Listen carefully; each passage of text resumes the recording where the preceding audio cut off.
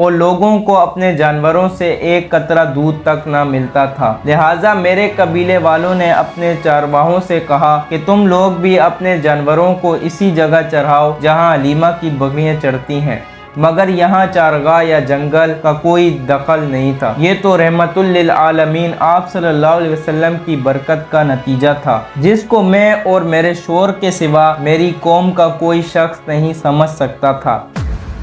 حضور صلی اللہ علیہ وسلم کے آنے کے بعد سے اللہ کی طرف سے بی بی حلیمہ مسلسل اضافہ اور خیر و برکت کا مشاہدہ کرتی رہی۔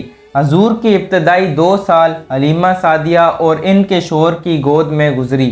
2 سال کا عرصہ گزر جانے کے بعد نبی صلی اللہ علیہ وسلم کی نشوونما اور تندرستی کا حال دوسرے بچوں سے اتنا اچھا تھا کہ 2 سال میں ہی آپ خوب اچھے بڑے معلوم ہونے لگے تھے۔ حضور اعلیٰ صفات کی بنا پر بچپن سے ہی باقی بچوں سے جدا دکھائی دیتے تھے۔ آپ نہایت ہی سنجیدہ مزاج اور غور و فکر کرنے والے ذہن کے مالک تھے۔ جب حلیمہ سعدیہ کے بیٹے حضور کو جنگل لے جاتے اور بکریاں چرایا کرتے تو واپس آ کر حلیمہ کو بتاتے کہ اے امی جان، محمد بڑی شان والے ہیں، جس وادی میں جاتے ہیں ہرا بھرا ہو جاتا ہے، دھوپ میں ایک بادل ان پر سایہ کرتا ہے، ریت پر آپ کے قدم کا نشان نہیں پڑتا اور جنگل کے جانور محمد کے قدم چومتے ہیں۔ ایک روز آپ صلی اللہ علیہ وسلم کے دور شرکت بھائی دوڑتے ہوئے حلیمہ سعدیہ کے پاس آئے اور بتایا کہ 2 آدمیوں نے محمد کا پیٹ چاک کر دیا ہے۔ بی بی حلیمہ کے حواس باختہ ہو گئے اور وہ اپنے شوہر کے ساتھ دوڑتی ہوئی پہنچی تو دیکھا حضور صحیح سلامت کھڑے ہیں۔ جب حضور سے پوچھا آپ کو کیا ہوا تھا تو آپ صلی اللہ علیہ وسلم نے بتایا کہ سفید کپڑے والے 2 آدمی آئے تھے، انہوں نے مجھے لٹا کر میرے سینہ چاک کر دیا اور اس کے اندر سے ایک خون کا لوتھڑا نکالا، پھر اسے سونے کے ایک تشت پر رکھ کر آب زمزم سے دھویا اور پھر اسے اسی طرح جگہ پر رکھ دیا اور سینہ بند کر دیا۔ یہ سن کر بی بی حلیمہ بہت گھبرائی اور حضور کو واپس مکہ لے جانے کا ارادہ کیا۔ لہٰذا آپ صلی اللہ علیہ وسلم کی عمر 4 یا 5 برس ہوئی تو حلیمہ سعدیہ آپ کو مکہ واپس لے آئی اور آپ کی والدہ بی بی آمنہ کے سپرد کر دیا۔ یہاں حضرت ایمن جو آپ کے والد ماجد کی باندی تھی، حضور کی پرورش اور خدمت گزاری میں مشغول ہو گئی۔ ایمن ہی حضور کو کھانا کھلاتی، کپڑے پہناتی اور باقی ضروریات کا خیال رکھتی۔ رسول اللہ صلی اللہ علیہ وسلم ایمن کی محبتوں اور خدمات کو یاد کیا کرتے تھے اور فرمایا کرتے تھے کہ ایمن ماں کے بعد میری ماں ہے۔ ابھی حضور کو اپنے والد کے سائے سے محرومی کا شعور بھی نہ تھا کہ آپ کی والدہ بی بی آمنہ بھی وفات پا گئی، لہٰذا اب آپ کی پرورش کی ذمہ داری آپ کے دادا ابو مطلب نے لے لی۔ جناب ابو مطلب کو اپنے پوتے سے نہایت ہی محبت تھی۔ ابو مطلب اکثر آپ کو اپنی گود میں بٹھاتے اور فرماتے اس بچے کا مقام بلند ہے، یہ سید و سالار ہوگا۔ پھر آپ صلی اللہ علیہ وسلم کو آغوش میں لے کر اپنے پاس بٹھاتے اور محبت سے آپ کو چومتے۔ جب حضور کی عمر 8 برس کی تھی تو ایک دن اپنے دادا کی چارپائی کے ساتھ بیٹھ کر زور و قطار رونے لگے کہ اس یتیم پوتے کے سرپرست اور واعظ سارا ابو مطلب کی بھی وفات ہو گئی۔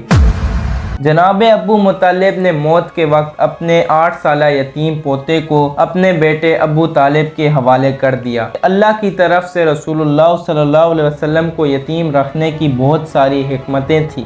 مثلاً یتیمی میں انسان خود کو بالکل اکیلا محسوس کرتا ہے، لہٰذا اس اکیلے پن کی وجہ سے حضور نے اللہ سے تعلق جوڑا۔ ایک یتیم کی زندگی تنگی اور پریشانیوں سے بھری ہوتی ہے، لہٰذا ایک یتیم شخص تمام تر مشکلات سے گزرتا ہے اور مختلف صلاحیتیں پیدا ہوتی ہیں۔ مشکلات اور تکلیفوں کی وجہ سے ہی یتیم شخص دوسروں کے مقابلے زیادہ احساس اور ہم دل ہو جاتا ہے۔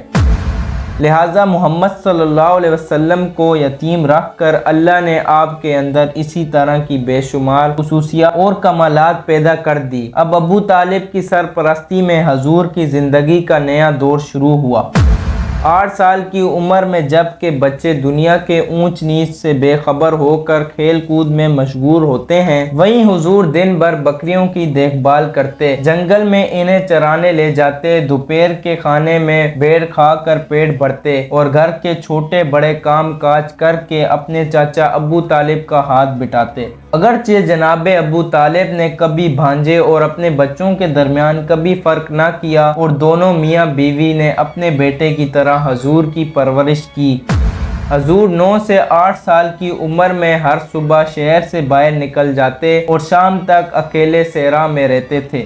اکثر اوقات کھلے آسمان اور بادلوں پر نظر جمائے رکھتے اور سورج ڈھلنے سے پہلے مویشیوں کو لے کر واپس آ جاتے۔